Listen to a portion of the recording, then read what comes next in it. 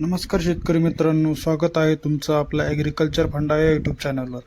तर मित्रांनो, हे जे झाड तुम्ही बघता आहेत ते कसे कोकडले आहेत बघा, आणि त्याच्या कडा खाली झुकून पिवळसर दिसत आहे. याचे मुख्य कारण म्हणजे पानाच्या पाठीमागे असलेले हे रसशोषक कीड. हे जे रसशोषक कीड तुम्ही बघता आहे हे आहेत तुडतुडे.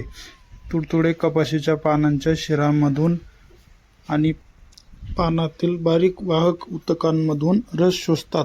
ते पानाच्या खालच्या बाजूला बसून आपली सोंडेसारखी मुखांग पानांच्या तुटीमध्ये घुसवतात आणि पानातील रस शोषतात. यामुळे पान कोकडल्यासारखे दिसू लागते. तर मित्रांनो, आपण ह्या किडीला रोखण्यासाठी फवारणी करत आहोत. तर चला मग आपण कोणते औषधी फवारणार आहोत ते मी तुम्हाला ह्या व्हिडिओमध्ये दाखवणार आहे. सर्वप्रथम आपण घेतले आहे हेरनबा कंपनीचे डायकेन. हे औषध किडीच्या नर्व्हस सिस्टमवर परिणाम करते. कीड औषधाच्या संपर्कात आली किंवा उपचारित झाडाचा रस शोषला तर तिच्या मज्जासंस्थेवर परिणाम होऊन रस शोषणे बंद करते आणि नंतर मरते. तर आपण हे औषध प्रतिपंप 2 चमचे एवढे टाकतो आहे.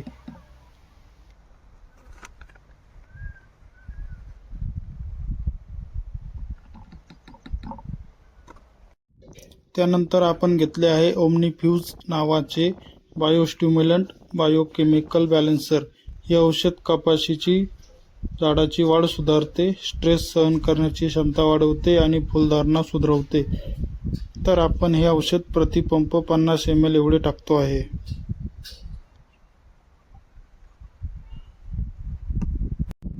त्यानंतर आपण इंजोवेट या नावाचे स्टिकर घेतले आहे.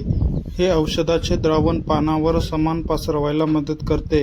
फवारल्यानंतर पाऊस आला तर पानावरील औषध वाहून जाण्यापासून थांबवते. तर हे आपण 5 ml प्रतिपंप एवढे घेतले आहे. हे सर्व औषध पंपमध्ये मिक्स करून झाल्यावर कपाशीच्या झाडावरती अशा प्रकारे स्प्रे करायचे आहे.